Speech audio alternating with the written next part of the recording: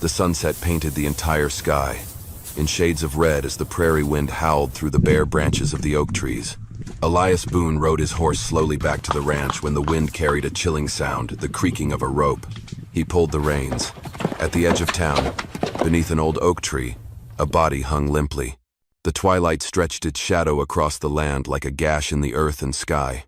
Elias approached, each step as heavy as stone. The hanged man's face was smeared with blood and dust, war paint running down in streaks. His eyes were shut tight, his neck swollen and purple. Elias recognized him instantly. Talon, the son of the Apache tribe's southern chief, the one the town had just condemned for betrayal. Elias's chest tightened. He had witnessed many deaths, but none had ever sent ice through his veins like this one. Then he saw it. Talon's legs gave a faint twitch. Without thinking, Elias leapt onto a wooden crate, blade flashing in his hand. The rope stretched taut, burning against his palm. Just one more cut. Snap. Talon crashed to the ground with a heavy thud. Elias dropped to his knees, cradled the young man's head, and pressed his fingers to his neck. His heart was still beating, but barely. Taking a deep breath, Elias lifted him up, heaved him onto the horse's back, and kicked the reins. The horse bolted into the haze of red dust, leaving behind a swaying rope and a silent old oak tree. The old horse barreled across the darkened prairie, red dust swirling in its wake. Elias gripped the reins tightly, struggling to keep them both balanced as Talon slumped against his shoulder, breathing heavily.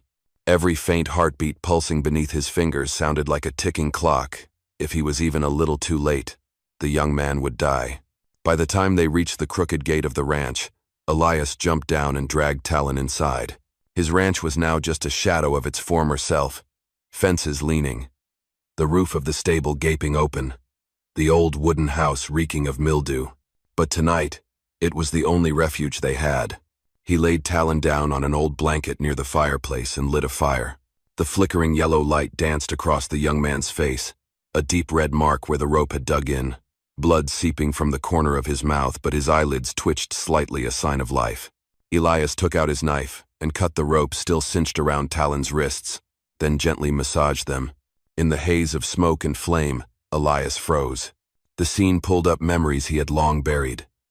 During the war years, he had once cut the bindings of a captured Apache warrior, also in firelight. Also with this very same knife. That warrior later saved his life during an ambush. Now, it seemed, history was repeating itself, except the danger this time felt even greater. Elias Boone had once been a cavalryman and had seen enough blood to know what twisted justice looked like. He left the battlefield, came to this patch of land hoping for peace, raising cattle, mending fences, letting the past stay buried. But somehow, violence always found its way to those who tried to avoid it. He wiped the sweat from his brow, pulled off his coat and laid it over Talon's chest, then sank into a wooden chair, eyes fixed on the fire. The wind howled outside like a mournful cry. Elias knew that once the town realized Talon's body had disappeared, they would come looking. And if the tribe heard that the chief's son had been hanged, war would break loose. He let out a long breath, his gray eyes steeling with resolve. Like it or not, tonight he had stepped into this fight, and keeping Talon alive was the only path left to stop it. The fire in the stove crackled softly, casting a warm yellow glow against the worn wooden walls. Elias sat motionless, his back against the chair, a rifle resting across his knees. Darkness filled the room, broken only by the labored breathing of Talon, a quiet reminder that the boy was still alive. Near midnight, Talon stirred. A faint groan escaped his lips. Elias was at his side in an instant, lifting his head and offering him some water. Talon swallowed with difficulty, but then his heavy eyelids slowly opened. His dark eyes flickered with firelight, darting around in confusion. When he saw Elias, instinct took over. He jolted upright, hands flailing as if searching for a weapon. Elias gently pressed his shoulder down, his voice hoarse but firm. "Easy now. If I wanted to hurt you, you would have been dead back when you were hanging from that tree." Talon froze, breathing hard. After a moment, he gave a slight nod, as if accepting the truth in those words. Elias poured a bit more water. Talon drank, then finally spoke for the first time, voice rough but clear. "Talon." Elias nodded, committing the name to memory. "I am Elias Boone. Why did they hang you?" Talon shut his eyes, his jaw tight. After a long silence, he spoke, each word scraping his throat. I am not a traitor. They set me up. Elias sat down by the fire, listening in silence as Talon recounted the story in fragments. He was the only son of the tribe's chief. He had uncovered a plot town traders, secretly selling gunpowder to a gang operating near the border. When he warned his tribe, they lured him into town, framed him for betrayal, and hanged him to silence him for good. The story made Elias's blood boil. He had smelled the stench of conspiracy ever since leaving the battlefield, but now it had come pounding right to his doorstep. Talon exhaled, fire flickering in his eyes. They will come back. I have to warn my father. Elias nodded. Before you go anywhere, you need to survive. You are still too weak. He pulled the blanket up over him, then turned to check his rifle, loading it fully. Tonight, this old ranch would have to hold. Even alone, Elias would keep the young man alive because if he died, the entire valley would drown in blood. Outside, the night wind howled louder, like a warning of something drawing near. Elias sat back down, hands gripping the rifle, ready for anyone bold enough to knock on his door in the dark. Dawn came slowly the next morning. Weak sunlight slipped through the cracks in the door, spilling into the cramped little room. Talon was fully awake now, sitting with his back against the wooden wall, his dark eyes quietly tracking Elias's every move. Elias placed a bowl of cold corn porridge in front of him. Eat. You are going to need your strength if you plan to stand again. Talon stared at him for a long moment, his eyes still wary, before finally reaching out. His thin hands trembled, but he finished every spoonful. Elias gave a small nod and said nothing more. The tension in the cabin began to ease. All morning, Elias chopped wood outside, patched up the stable roof as best he could, while Talon sat silently, watching. Then, for the first time, the young man spoke. You knew saving me would bring serious trouble. Why did you still do it? Elias leaned on his axe, wiping sweat from his brow. Young man, I do not care who you are. I still would have saved you. Because every one of us deserves a chance to live. Talon stayed quiet, his eyes darkening. Then he nodded slowly, acknowledging a debt that did not need to be spoken aloud. By late afternoon, Elias handed him a small knife. If they come back, you are going to need this. Talon took it, turning it over in his hands. His eyes no longer burned with just hatred now, there was a flicker of resolve. Even though he was on white man's land, Talon knew the man before him was not the enemy. On the second night, the wind howled harder, the cabin door creaking in protest. Elias sat by the fire, cleaning his rifle, while Talon lay on the wooden cot. Suddenly, he spoke. My father, he will think I am dead. They will be angry, and there will be war. Elias looked up, the firelight flickering in his gray eyes. We will find a way to tell him the truth.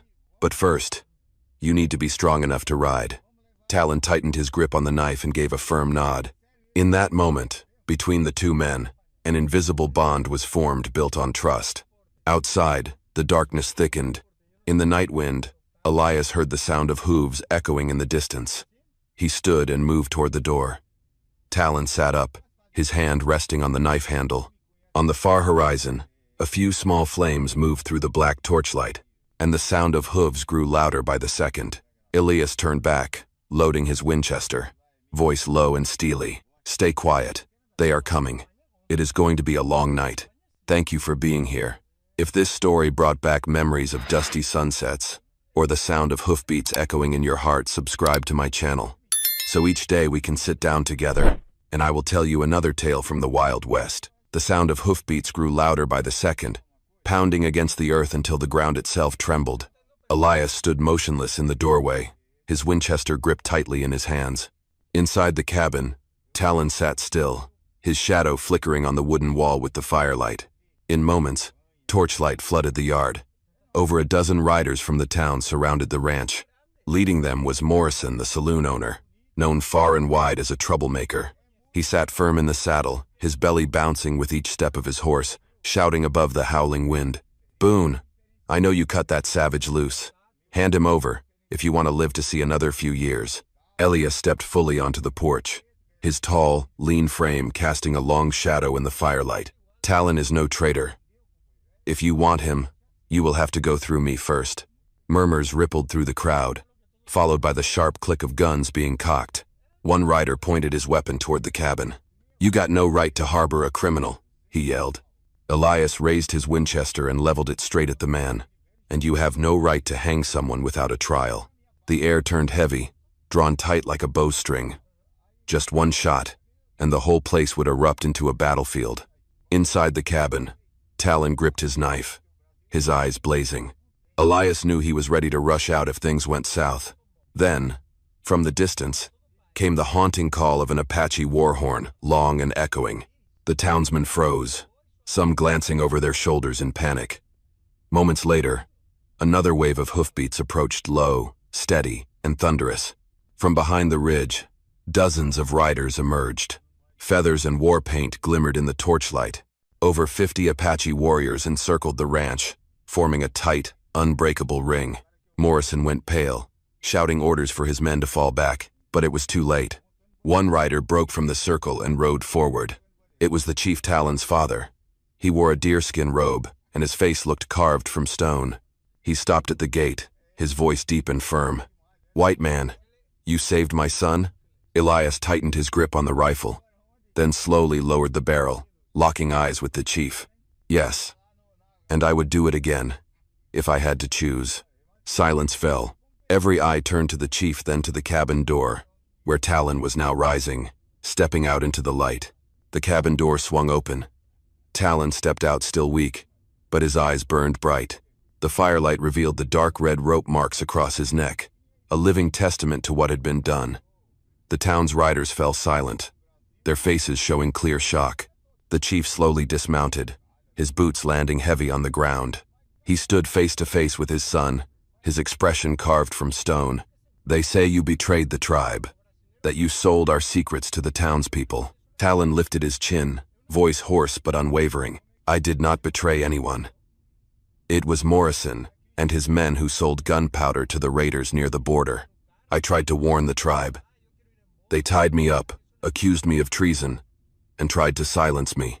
The words dropped like stones into a still lake. The Apache warriors growled, their spears striking the earth with sharp, angry thuds. Morrison's face went pale. He sputtered in protest. "He is lying. He is a savage traitor." Elias stepped forward, raising his Winchester, his voice hard as iron. "I cut him down. I heard his story while he was barely breathing. That is why I have been protecting him. And all of you should hear the truth too." The air was tight, wound like a drawn bow. The chief looked at his son, then turned his gaze to Elias. For a moment, his eyes softened. He turned to his warriors and gave a command. "Lower your bows. No blood will be spilled tonight, but the truth will be revealed." Morrison cursed, barking for his men to turn their horses and ride out. But an arrow slammed into the ground before his horse's hooves, blocking the way. The chief turned back, his voice cold as the mountain wind. "You are going nowhere. At dawn, the council will hold judgment. If my son has lied, both of these men will die. If he has spoken truth, then you will pay." The town's riders murmured nervously. Morrison clenched his jaw, but fear was written all over his face. Talon stood tall, though his body swayed. He stepped toward his father. Their eyes met, one filled with fury, the other with the plea for justice. Finally, the chief laid a heavy hand on his son's shoulder, acknowledging that his words were enough to keep him alive at least for one more night. Elias exhaled, sweat soaking the back of his shirt. But he knew the real trial was yet to come, and when the sun rose, it would not just be Talon's life on the line, but his own honor as well. The next morning broke cold, with thick fog blanketing the valley. The entire town gathered at the clearing, where the tribal council had lit a wide ring of fire. The flames cast a glow on the stern faces of the Apache elders, making the air heavy with tension, thick enough to choke on. Elias stood in the center of the circle, hands bound. Talon knelt beside him. Morrison had been dragged there too, his face flushed red, still yelling, "This is our land. You have no right to judge me." The chief rose, his voice booming like thunder. "No blood was spilled last night, but today, the truth will be spoken before all. If my son has lied, he will die by my own hand. If he has told the truth, the man who betrayed this valley will pay with his life." Talon was helped to his feet. He stepped into the center of the fire ring, his voice hoarse but clear. I heard Morrison speaking with the raiders. I saw him trade gunpowder for gold. I was beaten, tied up, and hung from an oak tree so everyone would believe I was the traitor. A murmur rose from the townsfolk. An old man stepped forward, voice trembling. I saw Morrison's wagons leaving town that night. I thought it was salt he was hauling. The noise grew louder. Morrison writhed, shouting, "You fools! He is lying to save his neck." Boone is a traitor too, he hid that savage in his ranch. Elias clenched his fists. He looked straight at the crowd, voice sharp as steel. If saving a man's life makes me a traitor, then I would betray this whole town. A thunderous pounding of spears rang out from the circle of Apache warriors. The chief raised his hand, calling for silence, then turned to Morrison. "Do you have anything to say in your defense?" Morrison was speechless. His eyes darted around wildly. Suddenly, one of his men turned and bolted on horseback. The twang of a bowstring echoed, and an arrow slammed into the dirt before the horse's hooves. The man fell, stammering out a confession. Morrison was the one behind the gun trade all along. The circle erupted in shouts. The elders exchanged glances, then nodded. Morrison was seized, tied up, and thrown into the center of the fire ring. His face turned pale, drenched in sweat. The chief turned to Elias and Talon. His eyes were still stern, but now held a quiet warmth. "My son lives, because of you. You spoke the truth. And you stood tall in the face of the blade." Elias felt the rope around his wrists being cut. He rubbed his wrists, inhaling deeply. For the first time in many years, he no longer felt like an outsider. The air inside the fire ring was strung tight as a bow. Suddenly, Morrison let out a furious roar. He lunged, grabbing a knife from the belt of one of his men, and charged at Talon. It all happened too fast. Elias reacted like the soldier he once was. He lunged forward, pushing Talon behind him, grabbed the Winchester leaning against the post, and pulled the trigger. The deafening crack tore through the morning air. Morrison collapsed, the knife falling from his hand, blood spilling across the earth. But his men were not done. They shouted and opened fire in a frenzy. The Apache warriors raised their bows and unison arrows hissed through the air like angry wasps. Battle erupted in the heart of the valley. Elias stood in front of Talon, firing shot after shot with precision. Each recoil sent pain through his shoulder, but he did not stop. Talon joined the fight, wielding the small knife Elias had given him just the day before, taking down a man who got too close. Shouts, gunfire, horses screaming, it all blended into a chaotic symphony. Flames flickered, gun smoke burned the air. When the final bullet was fired, the ground was littered with bodies. The surviving attackers were tied up and thrown to the dirt like sacks of grain. The chief stepped into the center of the ring, his face heavy but proud. He turned to Elias, his voice booming, "You risked your life to save my son. And tonight, you stood with us to wipe out the true traitors. From now on, your life is bound to his. When this valley calls for you, you will answer." Elias nodded silently.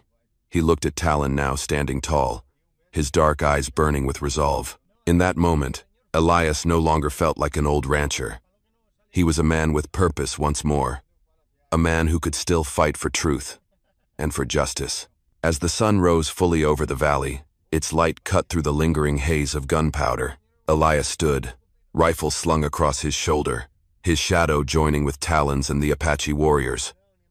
A new chapter had begun, one written in blood, honor, and truth. My friend, there are bonds you have to break, even knowing your life will never be the same. Because once you save a man from death, you also save yourself from your own cowardice. And that is a kind of justice even the desert must respect. And finally, I have a small wish to share. To all the dear viewers of Wild West storytelling, I truly hope you live a happy and healthy life. I love you all. Let me know what you thought of this story. Drop a comment below. Hit 1 if you enjoyed the story, and do not forget to subscribe channel for more thrilling tales from the Wild West.